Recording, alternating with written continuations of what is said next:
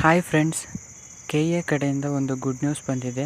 ನೀವೀಗ ನೋಡ್ತಾ ಇರ್ಬೋದು ಯಾರೆಲ್ಲ ವಿದ್ಯಾರ್ಥಿಗಳಿಗೆ KCET ಸೆಕೆಂಡ್ ರೌಂಡ್ನಲ್ಲಿ ಸೀಟ್ ಅಲಾಟ್ ಆಗಿತ್ತು ಅವ್ರಿಗೆಲ್ಲ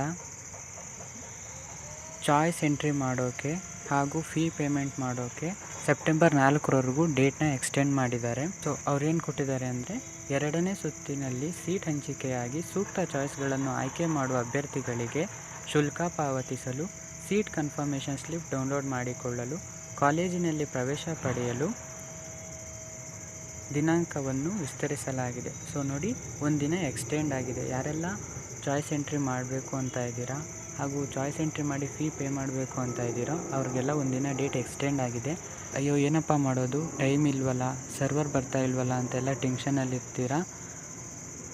ಸೊ ನೋಡಿ, KA ಕಡೆ ಚಾಯ್ಸ್ ಎಂಟ್ರಿ ಮಾಡೋಕ್ಕೆ, ಫೀ ಪೇ ಮಾಡೋಕ್ಕೆ ಹಾಗೂ ಕಾಲೇಜ್ಗೆ ರಿಪೋರ್ಟ್ ಆಗೋಕ್ಕೆ ಒಂದಿನ ಡೇಟ್ನ ಎಕ್ಸ್ಟೆಂಡ್ ಮಾಡಿದ್ದಾರೆ. ಸೊ ಹೀಗಾಗಿ ನೀವು ಇವತ್ತು ಕೂಡ ಚಾಯ್ಸ್ ಎಂಟ್ರಿ ಮಾಡ್ಬೋದು, ಹಾಗೆ ನಾಳೆ ಕೂಡ ಒಂದಿನ ಟೈಮ್ ಇದೆ. ಸೊ ಇದಾಗಿತ್ತು ಇವತ್ತಿನ ವಿಡಿಯೋ. ಥ್ಯಾಂಕ್ಸ್.